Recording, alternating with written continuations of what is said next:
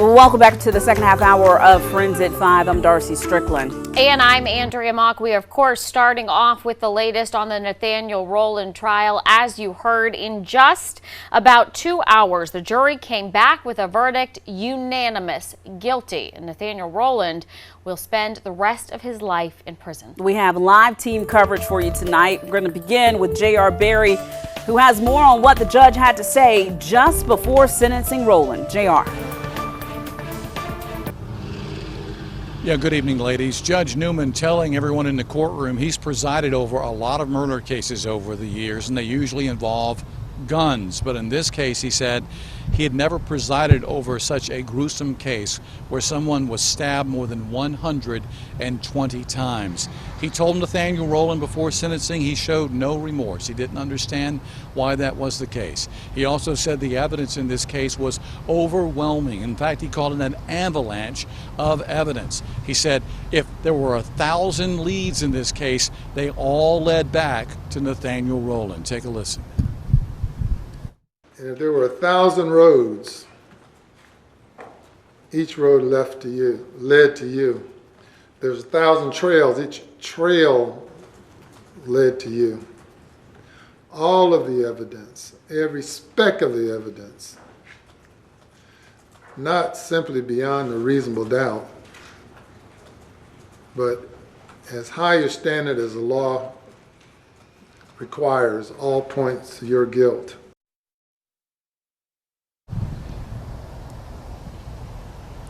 And that may be why it took the jury a little more than an hour to come back with a unanimous guilty verdict here. And the sentence, life in prison. Before that sentence was handed down, though, Kaylin Hagwood was in the courtroom as family members of both sides had a chance to talk. That's right, JR. And I actually want to start this half hour by bringing you guys back just a moment to when that guilty verdict was announced. Josephson's family, they started clapping and hugging, and they got very emotional, as you can imagine. And then the sentencing phase came, and that's when they asked the judge for the maximum sentence and talked about the pain of losing their child. One cannot explain the grief my family feels. There was no warning, no time to say goodbye. No time to tell Sammy all the things I would have wanted to say. No time to kiss her Kevela. We were thrown into this world of terror. My world is now incomplete. I will never comprehend why he did what he did. I try not to dwell on how she died. Rather, I want to remember how she lived, but I'm not there yet. I despise everything about him. His eyes glaring at my family during the trial. I cannot fully express how it feels to lose a daughter. He's a monster, he's evil and pathetic. The excruciating pain he put my daughter through is unimaginable. He stole my beliefs. However, I pray every day. I pray that he feels Samantha's pain. I pray that he get what he deserves under the law. I pray that he never has a chance to hurt anyone ever again. Everyone has choices. He may not like them now, but it was his choice to kidnap and murder Sammy, and he will have to face the consequence of his choices. I ask your honor to impose the strictest sentence upon him so that he may never walk the streets as a free man again. Well, Rowland's family spoke as well. They said that he's innocent, and they said that he is a good man. But in the end, they gave him a life sentence in this case. Yeah, and it's interesting. We mentioned this earlier when Nathaniel Rowland's mother started to speak and started to defend her son, and what she said was his innocence. Judge Newman had none of that. He shut her down pretty quick. He absolutely did. Same with her father. And again, as I mentioned, Josephson's family was reacting to them when they were speaking on their son. Again, just nodding their head. It was very emotional for them. Yeah, family members having their say today. The father saying at one point through all of this he had considered taking his own life because of all the guilt he felt in connection with his daughter's death. The police chief lady is also making an appearance today as Holbrook stood before the judge and basically said this crime ripped this community apart. If I believe those were his exact words, he said ripped this community apart, and he was asking for a tough sentence as well. Yeah, he called it a heinous act, and again asking for a tough sentence in this case. In fact, we're going to hear from the police chief right now. I've never experienced a more heinous act, an act of violence that toward the fabric of our community. Violent crime is destroying our country right now. Lack of accountability, I think, plays much a role in that. This crime ripped our community. The police chief earlier today making his plea in front of the judge as well. I can't say that I've seen that before. I can't say that in all my years of covering trial cases here in Richland County that I've seen a police chief actually stand in front of a judge. It's probably happened before. I'm just saying I haven't seen it in the past. Yes, certainly very interesting. And again, the defense actually had their opportunity to speak. Tracy Pinnock, the defense's attorney, trying to explain what the family had said, because the judge, again, was dismissing what they said because they were saying that he was innocent. But again, she said that he was a good man and he should be considered for the minimum penalty. The judge, no dice. Exactly. The father, who they said recently had a stroke, asked for leniency. The judge said leniency was not in his DNA in this particular case. Ladies? All right, JR, thank you so much. Yeah, her dad, Seymour Josephson, got to speak today, and he said he's never going to get to see her graduate from USC. Also said that she had a full scholarship, Darcy, to law school, which is hard to do. And he said she trusted too many people, and that was one of the beautiful things about her, but obviously something that put her in danger. And we heard from so many USC students as well during this, Darce, and especially they handed a pamphlet to the judge with testimony from dozens of friends saying what a bright light Samantha Josephson was. When Samantha Josephson was killed in March of 2019, the entire USC community rallied around her family, and so obviously there's going to be a tremendous amount of reaction from USC students now that that verdict has come down. Our team coverage continues now with Julia Kaufman, who had a chance to speak with Carolina students. Nathaniel Rowland has been found guilty in the murder of USC student Samantha Josephson in 2019. Although he maintains his innocence, students here on campus say they're glad her family can finally get some justice. No one deserves to die. No one deserves to have their life taken from them. And for someone to do that to someone's child, justice was served. I think I remember a little bit like where he locked the doors and whatnot. Like that's like really scary stuff. So I feel like he was found guilty. He did it. Like that's not okay. It's good to hear that justice was brought, and I feel so bad for the family. My condolences go out to them, because imagine that you're just trying to go home and you think you're getting into the Uber and you're not. But I'm glad that justice was served. And I'm glad that we're continuing to just bring things that could help the students' life, like just be safer around here on campus. That incoming freshman Laura Gonzalez said during her orientation here on campus, USC officials went over ride-sharing safety and told incoming students to make sure to ask the driver for their name before getting into the car. It just goes to show steps students and faculty are taking here to make sure nothing like this ever happens again. In Columbia, Julia Kaufman, News 19, WLTX. All right, thank you, Julia. You know what, Darcy, this is an interesting twist of fate. President Harris Bastides was president when this tragedy happened. I got a chance to speak with him after it happened, and he said it hurt his heart. And it was a letter from him to the community that started the What's My Name campaign. And we talked about it here on News 19. We told everybody, when you're going into a rideshare experience, when you are getting into the rideshare, you take the initiative to ask the driver, what's my name? And that was before the laws and the rules were changed for these rideshare companies. So he really has taken this personally. Now he is back once again on campus, as we know, as the interim president. And here's what he had to say today. Samantha Josephson's senseless death was a tragedy that forever impacted our entire community. While the pain of her loss will never be forgotten, I hope today's verdict brings some measures of closure to Samantha's family and friends and to the Gamecock community. Her legacy lives on through the efforts of her incredible parents, Seymour and Marcy, who are working to save lives by increasing awareness about ride-share safety. Of course, there is now Sammy's Law that is passed. So when you get in a ride-share, they have to display the number. Also, on your app now, it will tell you your driver's name. It will show you a picture of your driver and a picture of the car. So Samantha may no longer be with us, but her impact is going to be felt across the entire country as it has completely reshaped the way we all use rideshare apps. Of course, we're going to continue to follow this story for you, not only on air, but also online at WLTX.com. Don't go anywhere. There's more Friends after this break.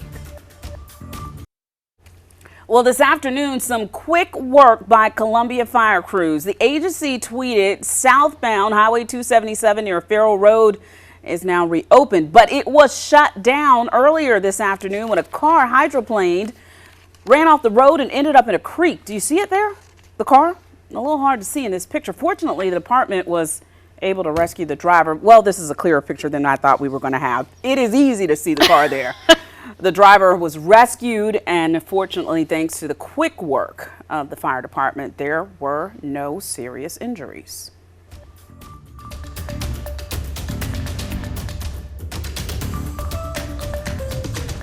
An all-inclusive park in Saluda Shoals that fosters friendship and understanding among all ages is expanding to bring more activities to the community for all abilities. News 19's Tai Wong has the details on the expansion.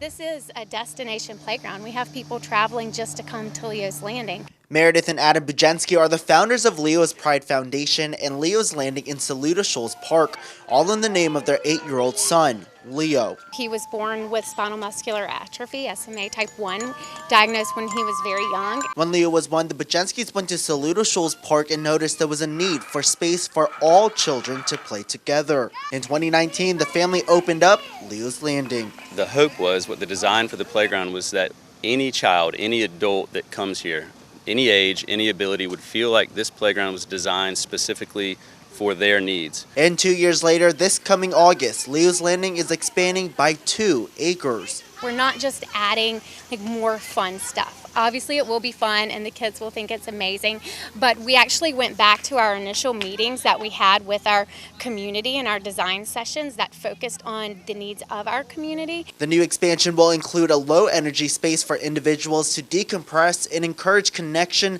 and building relationships. The park will also add a new area that brings thrill with the zipline course that has a recumbent and disc seats for diverse skills and bodies. And a third area which challenges all ages and abilities with different equipment that encourages imagination and exploration. Mark Myers is a director of Irmo Shape and Recreation Commission. He says Leo's Landing in the upcoming expansion will meet the organization's goal to meet people where they are. This message of inclusion and creating a play space to meet people wherever they are, not just so that you can get from A to B, but the ability to provide an equal experience. I think it's a right now conversation, and I think it's a way that our community can reflect and resemble more of what's really out there. Groundbreaking for the expansion will take place on August 12th. The Bujenskys hope to have the grand opening by early next year. Reporting at Tai Wong, News 19, WLTX. This week, a special camping experience at Camp Cole. Oh, this is so cool. In a partnership with Camp Impact, volunteers welcomed their first ever overnight camp in the Palmetto State exclusively for kids who are living below the poverty line. Photojournalist Chris Brathwaite shares some of these campers' first-time experiences and the importance of a program like this. Go on the boat? Hey, Alex. Camp Impact is an initiative that Camp Cole started with Sister Care and Family Promise of the Midlands as a camp for children who are experiencing homelessness, have experienced homelessness, or from low-income families. You're doing great. We have 83 campers out here this week who are, all but one, have never been to overnight camp before. So this is just an opportunity that we've created for them to have the experience to go to camp like other children in the community as well. I have made a lot of friends. This week at camp, they are experiencing fishing, boating, and kayaking. They are making new friends. Do you want your paddle? They are swimming in a swimming pool. We have arts and crafts, outdoor games. Tonight we have a big field Olympics. Just a lot of fun outdoor activities where kids can just be kids. This is my first time boat paddling, and I think it's going to be real fun. Well, one of the things that really strikes big in my heart is that when on your first day of school, when your teacher's asking you, what did you do this summer? A lot of kids that might have a big life challenge like homelessness don't get that opportunity. And so for them to be able to say that this summer they got to go to camp, they got to try new things, go fishing, is really what it's all about. Hey! Oh man, that was right where you were.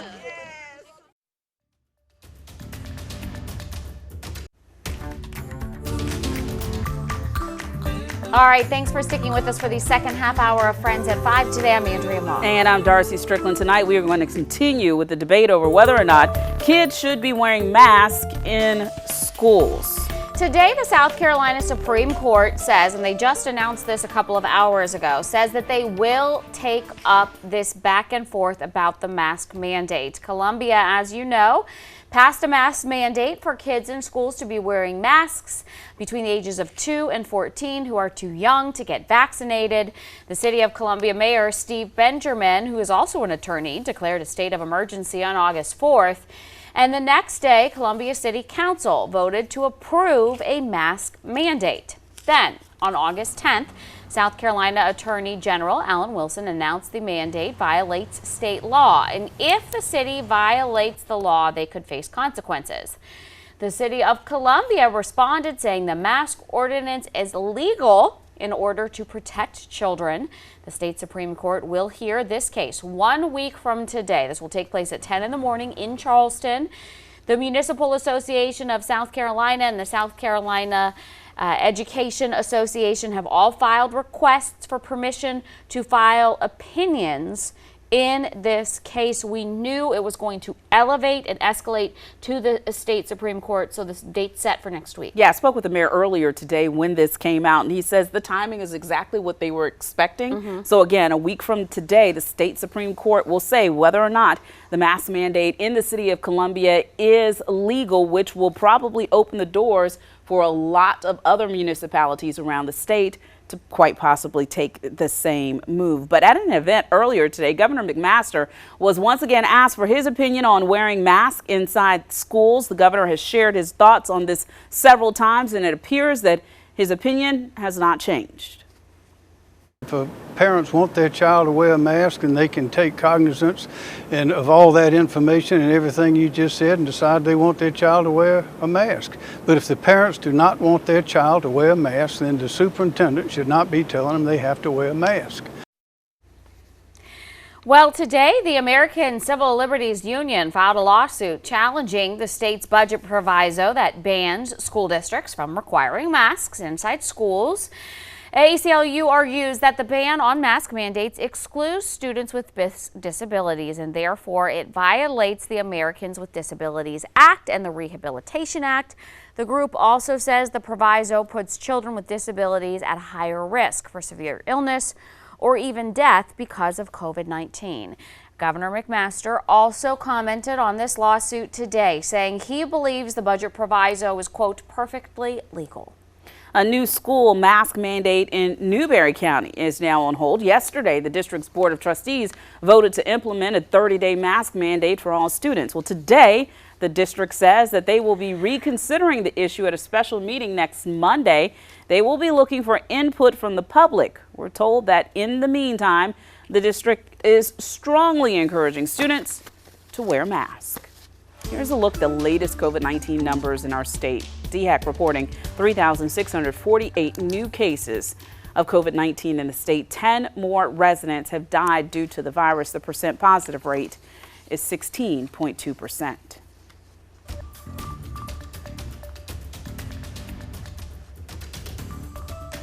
Why are y'all coming to get tested? Just to be on the safe side, being the fact he's in school and he's working, I wanted to make sure that the whole family is remaining safe. We went to New York. We went to attend a memorial, and when we came back, we just thought it was the responsible thing to do to go ahead and get tested to make sure that we don't propose a threat to our loved ones. As positive COVID-19 cases are climbing across the state, people in Orangeburg say they're utilizing the weekly testing sites hosted by the Family Healthcare Center to be on the safe side. We just wanted to make sure, again, that we're doing the responsible thing because the numbers are going up. The learning center that I work at, we just have to constantly get tested every 2 weeks, even though I'm vaccinated, but you can never be too sure sure, even with this Delta strand, and a lot of vaccinated people are getting the COVID. As of Tuesday, DHEC is reporting more than 3,000 new cases in South Carolina. Data also shows there are nearly 600 positive COVID cases reported in the last 2 weeks in Orangeburg County. An Orangeburg mother whose 5-year-old attends Marshall Elementary says that data and the data provided by the school district has led her to get the whole family tested. The Orangeburg County School District has reported 2 people at Marshall Elementary have been tested positive for COVID-19 and 50 people are quarantined. People from his school is getting sick. A bunch of kids is reportedly getting sent home from being with COVID-19. So that kind of raised awareness of I need to do something just to be on the safe side. For Street Squad Orangeburg, I'm Devin Johnson. All right, here's another option for you. Starting today, the Columbia Metropolitan Airport will be open for drive-through COVID testing. The testing site will be located at the airport's cell phone parking lot. All tests are free, and you don't have to be an airport flyer or guest to be tested. It's open every day from 9 in the morning until 6 at night. Hospitals around the state aren't dealing with a huge increase in COVID-19 patients. DHEC reports that there are currently 2,089 COVID-19 patients hospitalized. Nearly 1/4 are in ICU. The latest report shows 513 COVID patients in the intensive care unit. That is 82 more patients than this time last week. All right, we know hospitals literally are working 24/7 to try and keep up with this surge we are seeing in COVID-19 because of the Delta variant. Dr. Clayton Carter is an emergency room doctor with Lexington Medical Center. He's stuck around with us the entire newscast. Thank you so much, Dr. Carter, for being here and answering some questions from our viewers. And more importantly, thank you for what you're doing every day to keep us all safe in our community. My pleasure. All right, so our first question from a viewer. She says, my 15-year-old daughter was sent home from school today to quarantine. The school says that she was in close contact with a student that has tested positive for COVID. My daughter received her second dose of the COVID vaccine 5 days ago. What are the odds that she will contract the virus? What do I need to watch for, and when should I get her tested? Does everyone in our home need to get tested? I'm sure a lot of parents have that same question. Yeah, that's a very good question. Thank you for allowing your daughter to get vaccinated. I think that she will experience a much milder illness of COVID should she be one of the rare infections that become symptomatic, especially at her age. As far as does everybody else in your family need to get tested? No, you do not at this point. And then what are the chances that your daughter will go on to develop symptoms from this? It would be somewhere in the order of 1 in 6 people that are vaccinated that have what you have heard called a breakthrough or a symptomatic infection from COVID. Great information. That's great information. All right, let's talk about the symptoms again. What are some of the things as we approach cold and flu season and the kids are going back to school, which means they're bringing us home germs? What are the symptoms that we should be looking for in ourselves and, more importantly, in our kids? Sure. So again, typically COVID starts off with a fever, headache, and congestion, and then moves on to a sore throat, some GI symptoms like vomiting and diarrhea. And then loss of taste and smell can occur as well. Okay, this might be a simple question. Andrew, did I interrupt? Well, I was just going to say, can we just touch on the vomiting and diarrhea? Because Darcy and I, we have been covering this every day for 18 months. 18 months now.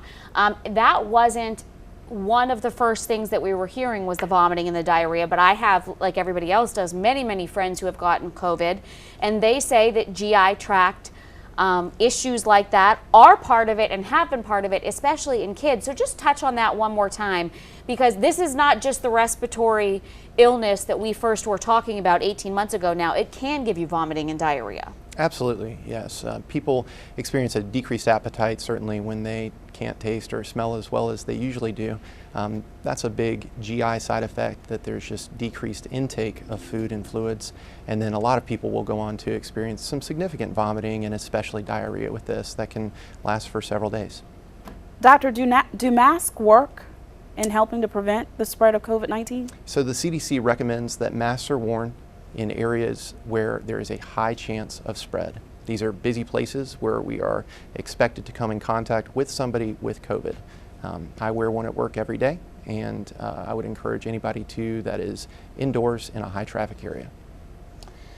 Now, as we speak about being around other people, I know before the Delta variant, we were saying, you know, you need to sit in close contact with somebody, breathe the same air around them for 15 minutes, but the Delta variant is much more contagious.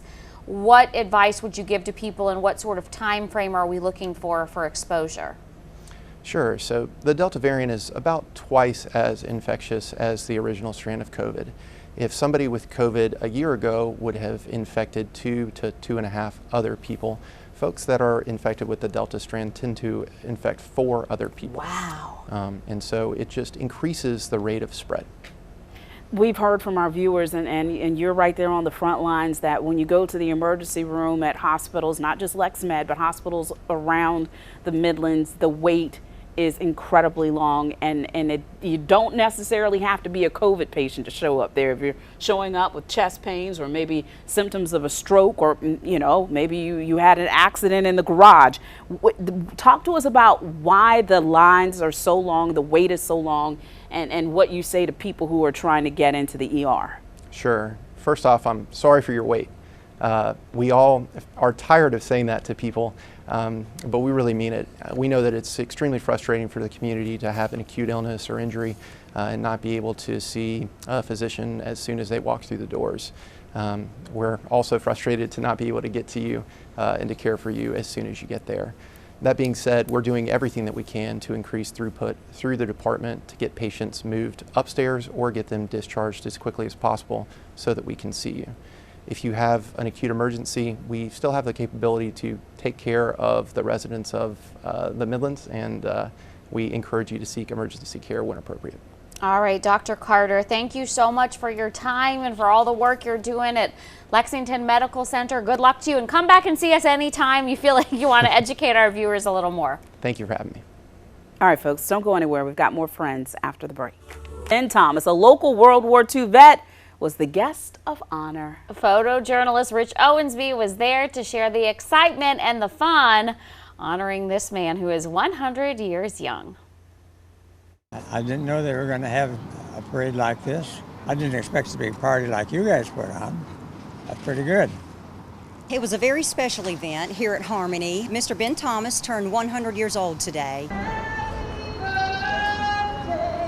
Today was extra special for us because we were able to celebrate and be around each other and feel the warmth of love, and that's what Harmony is all about. I don't have to worry, am I going to make it anymore? I would say one thing is take good care of your body. You cannot abuse your body and get to be 100. We try to make all of our residents feel very special. We celebrate each and every birthday here at Harmony. But again, when you reach the 100 mark, that's something to really cherish and celebrate. Lead a good life. Even after you get to be 100, you got to behave yourself.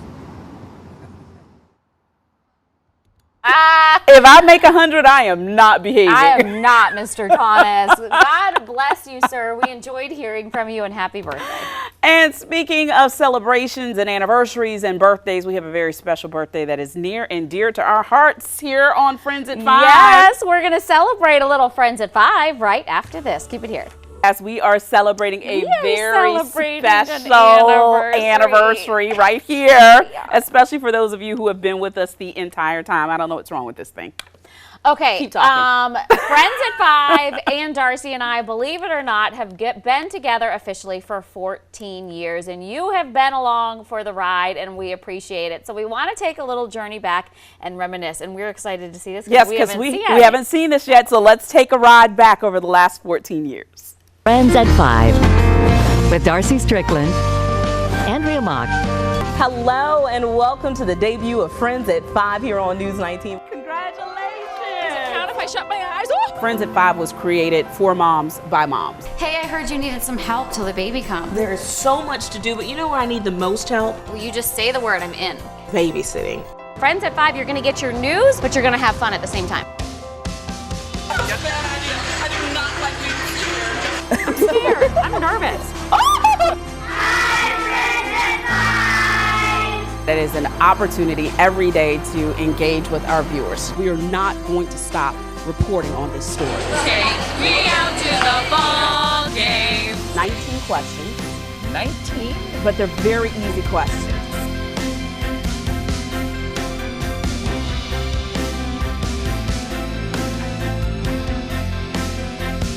As much as you all are a part of our family, we thank you for allowing us to be a part of yours.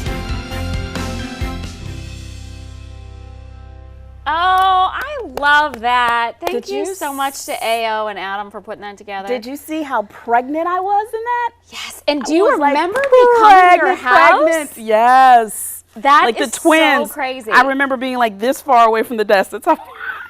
And you guys, we did this promo at our house, and I don't know if y'all remember it because that was like 15 years ago. And I said, I want to help you any way you can. And she said, well, I'm going to need help babysitting. And everybody assumes it's for the babies. And the next thing you saw in that promo was me sitting down at the desk with J.R. Berry, Jim Gandy, and Bob Shields, God rest his soul, and saying that I was going to babysit the boys while you were out on maternity leave. Can you believe it's been 4 Our crews across the Midlands now collecting items for families who need it the most. It is the last day of our annual Stuff a Bus campaign, and we want you to come out and help us spread some holiday cheer. Good evening, and thank you for joining us for News 19 at 6. I'm Kaylin Hagwood. And I'm Darcy Strickland. As Kaylin just mentioned, yes, it is the last day for Stuff a Bus, but you still have an hour and a half to get out and make sure the holidays are brighter for someone in your community. So here's a look at those locations. We're on Harbison Boulevard, Two Notch, Garners Ferry Road, as well as in Sumter. That is where we find our J.R. Berry tonight. And J.R., how's it looking at the 6 o'clock hour? It's been a great day here in the Gamecock City at the Walmart on Broad Street, here until 7:30. Let me show you something. These three little angels just pulled up here in this vehicle, and they gave some toys to Stuff a Bus. They're so precious. What's your name? Desiree Gross. What's your name? Desiree.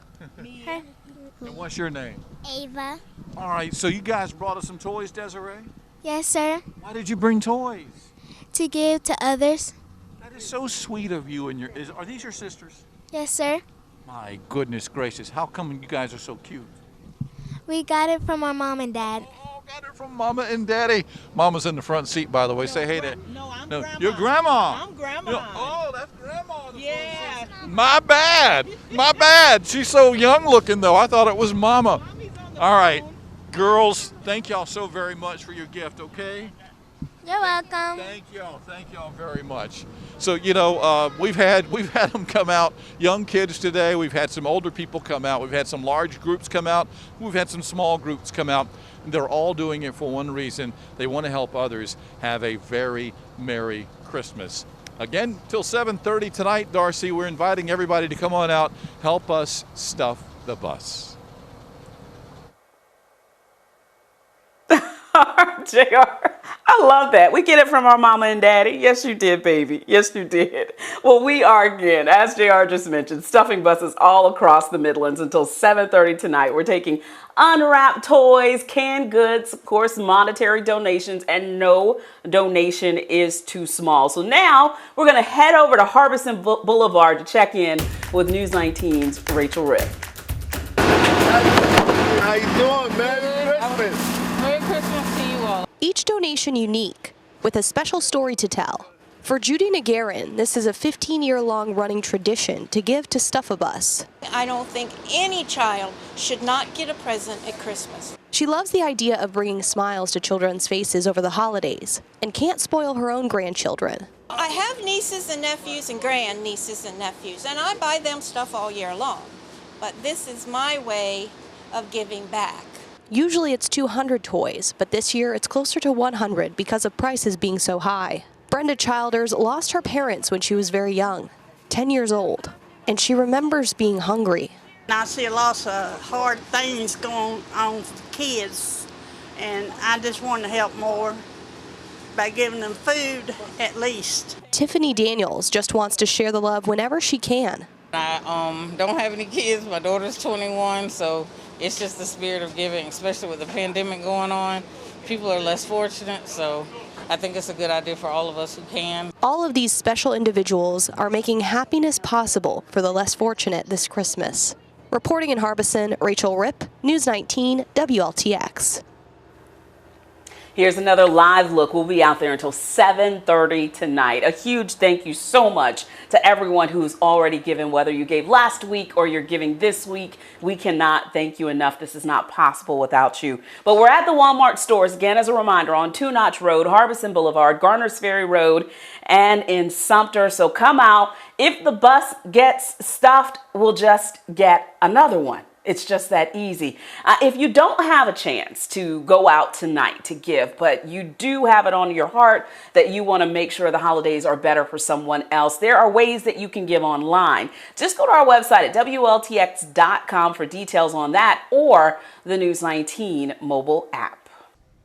Thank you, Chief. The City of Columbia received the highest score for equality in the state. That's based off a report from the Human Rights Campaign, a nationwide organization striving to end discrimination against the LGBTQ+ community and create equality for all. News 19's Tai Wong breaks down how the scoring was done. Columbia this year, we got a ranking of 82, which is the highest in the state of South Carolina. A report done by the Human Rights Campaign compares 7 major cities in the state. It shows Columbia having the most equality for their residents. It's about being inclusive and being intentional on making sure that the city of Columbia, our capital city, is open to everybody. Councilwoman Devine says cities were scored on 5 different things. The Human Rights Campaign looks at several things, whether it's your ordinances and laws or the environment, liaisons, different things that they rank your municipality as it relates to progressing on equality issues. She adds banning conversion therapy in the city and the establishment of an equality advisory board helped boost up the score. Jeff March, the president of SC Pride, says it's exciting to see the capital city progress. It is a very good change for our city. We progressed 22 points, I believe, in a year. So it was nice that we paid attention to it and that we addressed some issues that we needed to fix as a city. March explains with new leadership starting next year, he hopes city leaders will continue to move in the right direction. We're getting a new city council and a new mayor, and I want to express that we are going to work together with the new group, and we hope that we can still progress this. We're at 82 out of 100, so we've got 18 more points ahead of us to improve on. March says the city is still lacking on inclusion for the transgender community and hopes to see that change in the next year. Reporting in Columbia, Tai Wong, News 19 WLTX. Well, in the report, Charleston came in second by 1 point. The lowest score was in Rock Hill with 17 out of 100 points. At the State House, the House has officially passed the anti-vaccine mandate bill. The legislation bans vaccine requirements for employees of state agencies. It turned heads when it initially aimed to prohibit private employers from requiring the vaccine as well. But a later compromise changed that part of the bill to now say employees of private companies that are fired for being unvaccinated will be eligible for unemployment. Still, many in the business community are concerned. Rick Todd with the State's Trucking Association says the bill will cost businesses and insurance premiums and will open the door for lawsuits.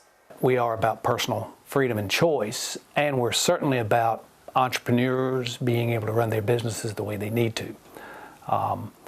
They're ultimately responsible for the safety of the workplace that they provide. And so they need to work with their employees and set up the best situation. I know I have had constituents who've called me just simply saying, what's going on? How can you help me? Because I've been working for a company for 30 years, and then no fault of my own, they're telling me just because I'm not vaccinated, I'm going to be fired. Now that the bill has passed the House, the Senate will take it up when they return in the new year. And it's important to note that federal vaccine mandates are currently being halted in court.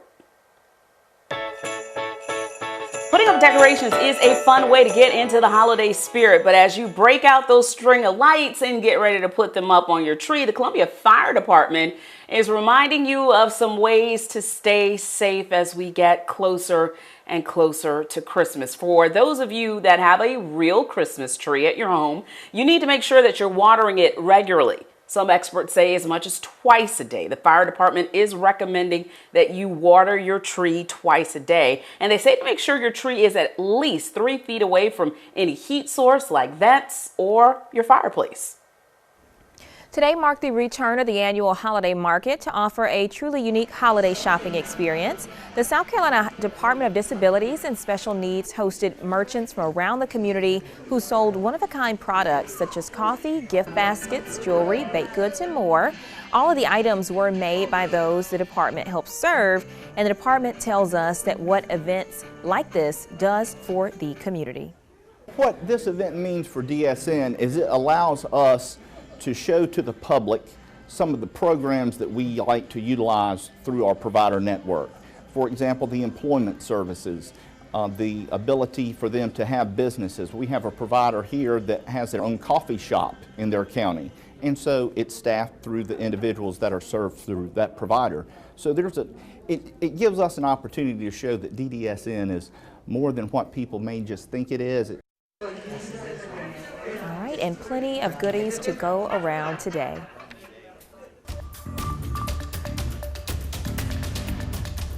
The 45th annual Candlelight Tour of Homes returned Saturday, bringing back a popular in-person event. We have 10 sites in and around Camden. Catherine Spadacenta, president of the Camden Junior Welfare League, which is hosting the event, says the tour had to adjust last year due to the pandemic. We're able to create a virtual tour of homes with the help of a very talented photographer and videographer.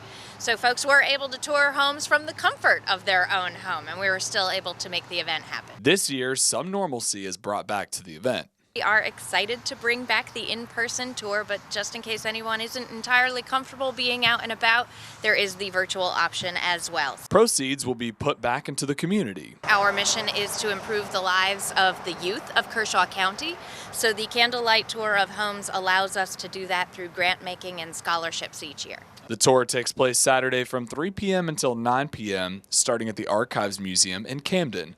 For Street Squad in Kershaw County, I'm Walker Lawson. Fun events are happening all across the Midlands over the weekend. We've got the details on that. Plus, Chief Meteorologist Efren Afante is back with a full look at your chilly weekend forecast. And this is another live look at the Walmart on Garners Ferry Road in Columbia. This is one of the 4 locations that we're out at right now, stuffing buses with your help. We're there until 7:30 tonight. We're also at the store on Two Notch Road, Harbison Boulevard, and the Walmart in Sumter. Of course, we'd love to see you come by, but if you can't make a donation in person, always go online at WLTX.com to help families this holiday season. It's the weekend. Happy Friday to all of you. We've made it to the end of the work week, and whether you're planning on spending time with friends and family or maybe just having some me time, we're on your side, helping you find some fun.